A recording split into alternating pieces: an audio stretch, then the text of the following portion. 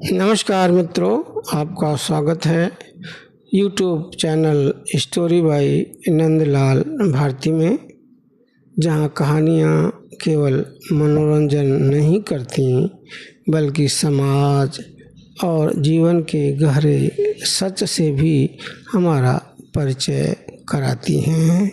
हम ऐसे समय में जी रहे हैं जहां विज्ञान, तकनीक और शिक्षा ने बहुत प्रगति कर ली है, लेकिन क्या हमारी सोच भी उतनी ही विकसित हुई है?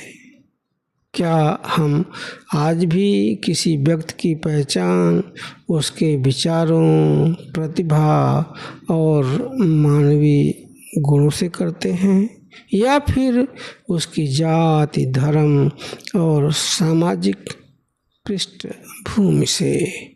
आज की लघु कथा पहचान साहित्य की दुनिया में घटित एक छोटी सी घटना के माध्यम से इस बड़े प्रश्न को हमारे सामने रखती है। यह कहानी हमें सोचने पर मजबूर करती है। यह कहानी हमें सोचने पर मजबूर करती है कि किसी लेखक, कवि या इंसान की असली पहचान आखिर होती क्या है। तो आइए सुनते हैं विचारणी, आत्ममंथनी और संदेश परक लघु कथा पहचान। लेखक नंदलाल भारती।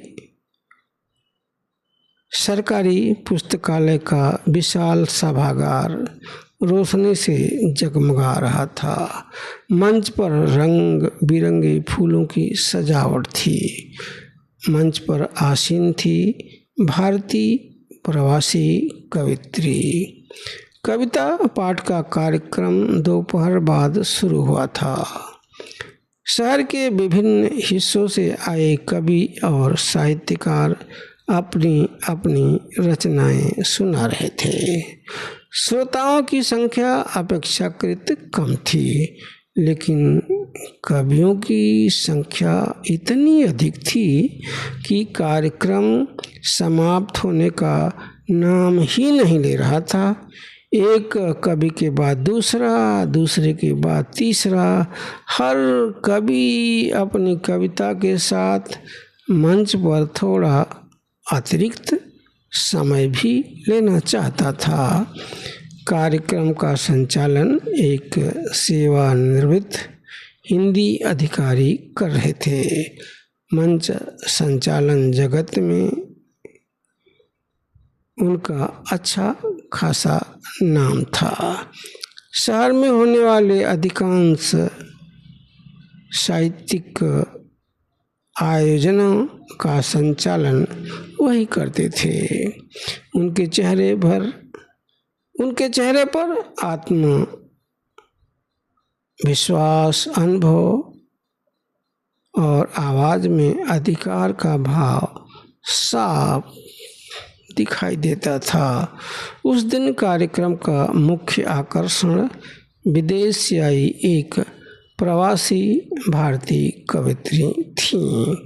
उनका जन्म पूर्वांचल के बलिया जिले में हुआ था, लेकिन विवाह के बाद वे वर्षों पहले विदेश बस गई थीं।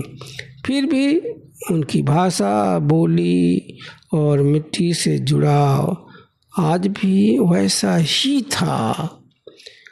रात होने तक कविता पाठ समाप्त हुआ। उसके बाद चाय नाश्ते का दौर शुरू हुआ। अधिकांश लोग अपने अपने परिचितों से मिलकर विदा हो चुके थे। सभागार में अब केवल कुछ साहित्यकार ही बचे थे। प्रवासी कवित्री एक सोफे पर बैठी थी।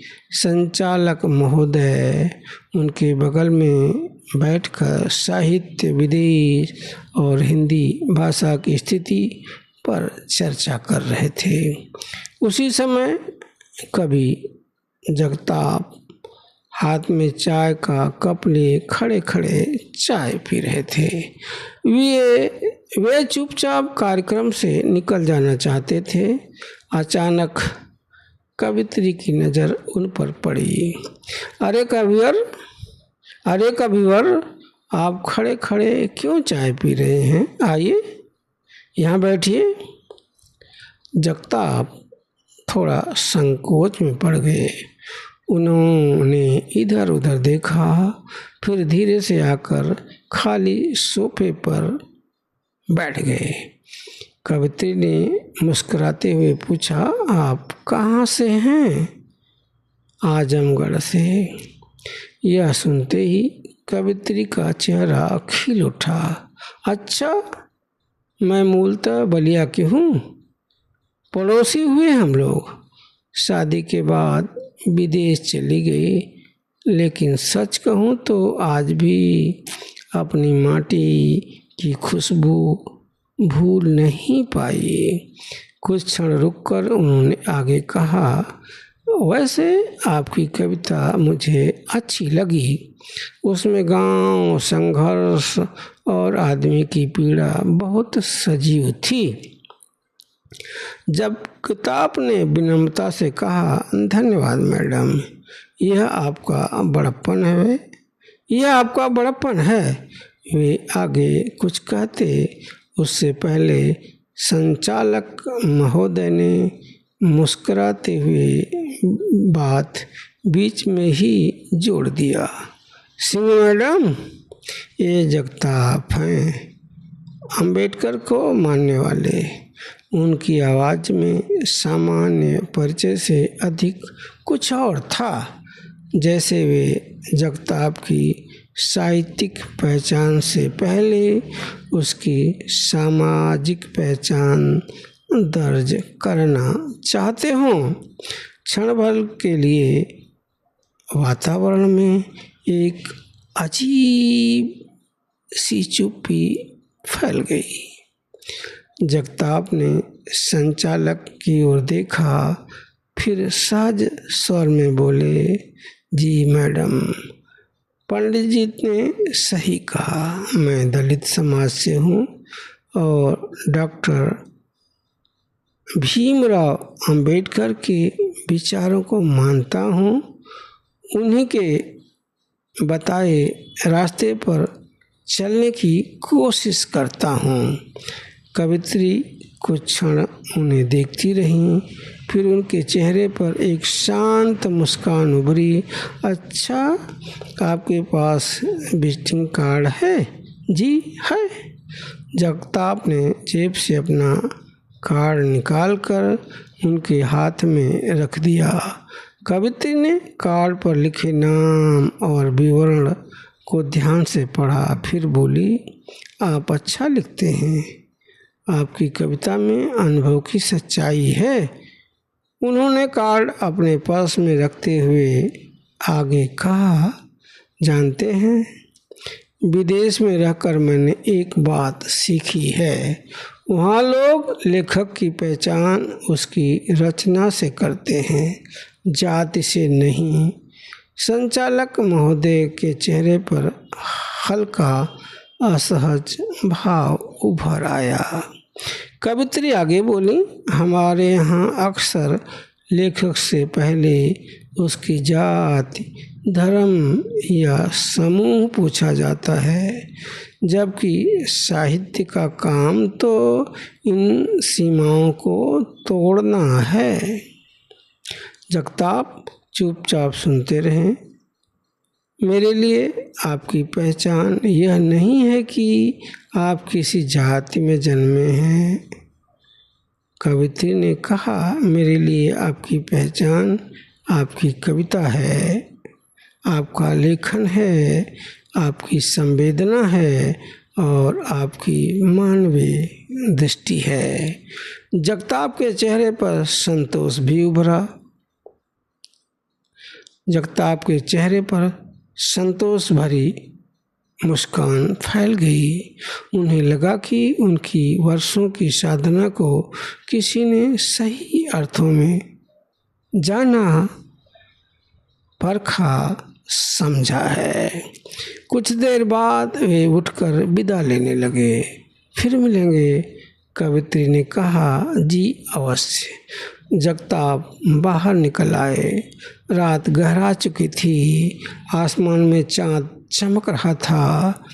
उनके कदम हल्के थे और मन में एक अनकही प्रसन्नता। पीछे सभागार में संचालक महोदय अब भी चाय का कप हाथ में लिए बैठे थे। चाय वही थी, कप वही था, लेकिन शायद उसका स्वाद बदल चुका था। आप सुन रहे थे लघु कथा पहचान। यह कहानी हमें एक महत्वपूर्ण संदेश देती है कि किसी भी इंसान की सबसे बड़ी पहचान उसका जन्म नहीं, बल्कि उसके विचार, उसके कर्म और उसकी संवेदनशीलता होती है। साहित्य का मूल्य लेखक की जाति या सामाजिक पृष्ठभूमि से नहीं, बल्कि उसकी रचना की गुणवत्ता और मानवीय सरोकारों से तय होता है। यदि हम सचमुच एक बेहतर समाज का निर्माण करना चाहते हैं, तो हमें व्यक्ति को उसकी प्रतिभा और इंसानियत के आधार पर पहचानना सीखना होगा। यदि यह कहानी आपको सोचने पर मजबूर कर गई हो तो वीडियो को लाइक करें, अपने विचार कमेंट में साझा करें और मेरे YouTube channel story by Nandlal Bharti को सब्सक्राइब करना न भूलें। मैं हूँ नंदलाल भारती। फिर मिलेंगे एक नई कहानी, नए विचार और नई संवेदना के साथ। नमस्कार।